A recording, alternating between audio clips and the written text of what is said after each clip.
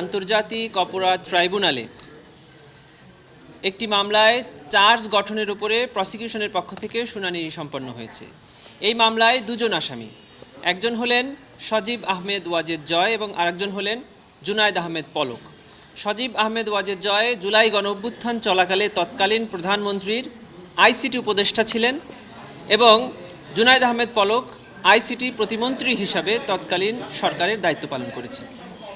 আমরা চার্জ গঠনের শুনানিতে বলেছি যে জুলাই গণঅভ্যুত্থান চলাকালে সরকার পরিকল্পিতভাবে ইন্টারনেট সেবা প্রথমে স্লো করে দিয়ে এবং পরবর্তীতে সম্পূর্ণরূপে বন্ধ করে দিয়ে এই আন্দোলনে যারা ছাত্র জনতা নিরীহ নিরস্ত্রভাবে শান্তিপূর্ণ আন্দোলন করছিল তাদের উপরে মানবতা বিরোধী অপরাধ পরিচালনা করেছে এবং সেই তথ্য দেশে এবং দেশের বাইরে যেন মানুষ জানতে না পারে সেই জন্য পরিকল্পিতভাবে ইন্টারনেট বন্ধ করেছে। শুধু তাই নয়, এই আন্দোলনকারীরা যেন পরস্পর যোগাযোগ করতে না পারে সেজন্য এই ইন্টারনেট বন্ধ করা হয়েছে। এর প্রমাণ হিসাবে আমরা এই আসামিদের নিজস্ব কথোপকথন ট্রাইব্যুনালে জমা দিয়েছি, যেটি সরকারি প্রতিষ্ঠান এনটিএমসি কর্তৃক রেকর্ড করা হয়েছিল, যেটি তৎকালীন সরকার রেকর্ড করতেন তাদের প্রয়োজনে, কিন্তু আজকে তাদের রেকর্ড করা ডকুমেন্ট আমরা হাতে পেয়েছি এবং ট্রাইব্যুনালে জমা দিয়েছি। সেই কথোপকথন থেকে পরিষ্কারভাবে দেখা যাচ্ছে যে জুনায়েদ আহমেদ পলক তৎকালীন একজন প্রভাবশালী অ্যাডভাইজারের সাথে মোবাইল ফোনে কথোপকথন করছেন। কথোপকথনে বলছেন যে 8টি অ্যাপস অর্থাৎ অ্যাপ্লিকেশনস চিহ্নিত করা হয়েছে যেটি সামাজিক যোগাযোগ মাধ্যমে ব্যবহৃত করা হয় এবং 8টি বন্ধ করে দেওয়ার ডিসিশন হয়েছে এবং এই ব্যাপারে ওনারা আইসিটি অ্যাডভাইজার অর্থাৎ এই মামলার অন্যতম আসামি সজীব আহমেদ ওয়াজেদ জয় সাহেবের সাথে কথা বলেছেন। আমি ছোট্ট একটি লাইন আপনাদের সামনে, যেটি ট্রাইব্যুনালে আমরা পড়ে শুনিয়েছি, পুরো কথোপকথনটাই তার একটি লাইন আমি আপনাদের সামনে জানাচ্ছি।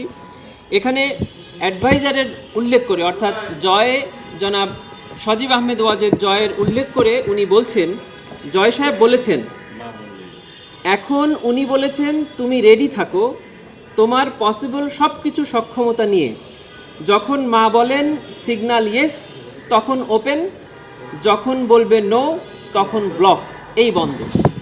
এরকম অসংখ্য কথোপকথন থেকে দেখা যায় যে তৎকালীন সরকারের এই দুজন দায়িত্বশীল ব্যক্তি যারা এই মামলার আসামি তারা পরিকল্পিতভাবে এই গণঅভ্যুত্থানে নিরীহ নিরস্ত্র ছাত্র জনতার উপরে নির্যাতন এবং নিপীড়ন চালানোর উদ্দেশ্যে ইন্টারনেট পরিষেবা বন্ধ করেছিলেন।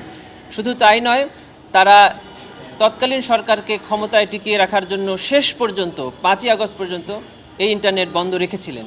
এই ইন্টারনেট বন্ধ রাখার জন্য সরকারি চিঠি, নথি উপাত্ত আমরা সবই ট্রাইব্যুনালে জমা দিয়েছি।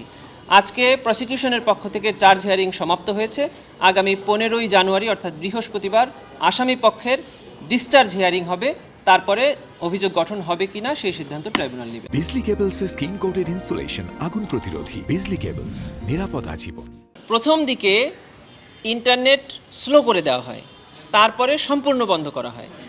এরপরে আমরা এই মামলার আসামি জুনায়েদ আহমেদ পলক সাহেবকে দেখেছি, অসংখ্য তার স্টেটমেন্ট আমরা জমা দিয়েছি। উনি একবার বলেছেন ইন্টারনেট বন্ধ হয়নি, ইন্টারনেট বন্ধ হয়ে গেছে। আবার উনি যাচ্ছেন সেতু ভবনে, যেখানের সাথে এই ইন্টারনেটের ডেটা যেখানে থাকে তার কোনো সম্পর্ক নাই। সেতু ভবন পুড়ে যাওয়ার পরে ওনারা বলছেন সেতু ভবন পুড়ে গেছে, এখন আর দেওয়া যাচ্ছে না। আবার সেতু ভবন ওই পোড়া অবস্থায় আবার আমরা দেখছি কিছুদিন পরে ইন্টারনেট কিছুক্ষণের জন্য চালু হয়েছে, আবার ওনারা বন্ধ করেছেন। এই কথোপকথন থেকেই দেখা যায় যে ওনারা পরিকল্পিতভাবে বন্ধ করেছিলেন। তারপরেও আমরা তদন্তকালে এমন কিছু সরকারি নথিপত্র পেয়েছি যাতে পরিষ্কারভাবে দেখা যাচ্ছে যে তারা সরকার এই সময় সিদ্ধান্ত নিয়ে বাছাই করে যে কোন কোন অ্যাপস বন্ধ করলে তাদের মধ্যে যোগাযোগ বন্ধ থাকবে, মানুষ এগুলো জানতে পারবে না, সেগুলো পরিকল্পিতভাবে 8টি অ্যাপস তারা বন্ধ করেছিল। অতএব আমরা ট্রাইব্যুনালে আশা করছি যে এটি ট্রাইব্যুনালকে আমরা বোঝাতে সক্ষম হয়েছি যে এই আসামিদের সম্পৃক্ততায়, ষড়যন্ত্রে এবং পরিকল্পনায় ইন্টারনেট বন্ধ হয়েছে। আন্তর্জাতিক অপরাধ ট্রাইব্যুনাল আইনের 3-2 ধারায় হত্যা যেমন একটি অপরাধ, হত্যায় অ্যাবেট করা, কমপ্লিসিট করা, failure to prevent the commission of an offence, এটি একই ধরনের অপরাধ এবং একই শাস্তি। আমরা অপরাধ এনেছি এটা যে হত্যা এবং হত্যার চেষ্টার, তারপরে আমরা লিখেছি যে অপরাধ সংগঠনে উস্কানি, সম্পৃক্ততা, সহায়তা এবং অপরাধ বন্ধে ব্যর্থতা এবং ব্যবস্থা না নেওয়া, এই প্রত্যেকটি অভিযোগই আমরা এনেছি। এখন ট্রাইব্যুনাল দেখবেন যে কোন কোন অভিযোগে আদৌ অভিযোগ গঠন করা হবে কিনা। আমরা মনে করি যে এই যে হত্যাকাণ্ড হয়েছে সেই হত্যাকাণ্ডকে ফ্যাসিলিটেট করেছে এই ইন্টারনেট বন্ধ করাটা।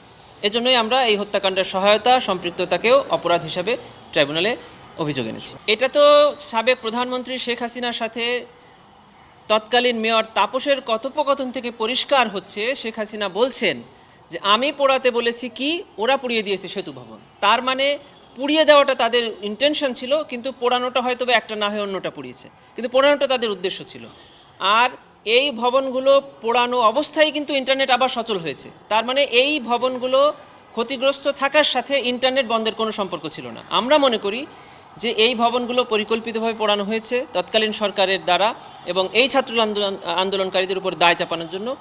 আর এই ভবনগুলো পোড়ানোর সাথে ইন্টারনেট বন্ধের কোনো সম্পর্ক ছিল না। এটাকে ফিক্স করার জন্য একটা অ্যাপ্লিকেশন দিব কাল অথবা পরশুদিনের মধ্যে, যেটা চেম্বার জজে আমরা যাব। চেম্বার জজে শুনানির পরে এটি চলে যাবে ফুল কোর্টে। ফুল কোর্টের মাননীয় প্রধান বিচারপতির সমন্বয়ে যে বেঞ্চ, ওনারা সিদ্ধান্ত নেবেন যে এটা কবে শুনানি করবেন। তবে এই মামলার এই আইনে পরিষ্কার করে বলে দেওয়া আছে যে আপিল দায়েরের 60 দিনের মধ্যে আপিল শুনানি নিষ্পত্তি করতে হবে। আমরা সেটার উপরে ওখানে এমফাসিস দেব। কনসাইজ স্টেটমেন্ট এবং ফিক্সিংয়ের অ্যাপ্লিকেশন আমরা তৈরি করে ফেলেছি, কাল বা পরশু দিনের মধ্যে আমরা ফাইল করে দেব।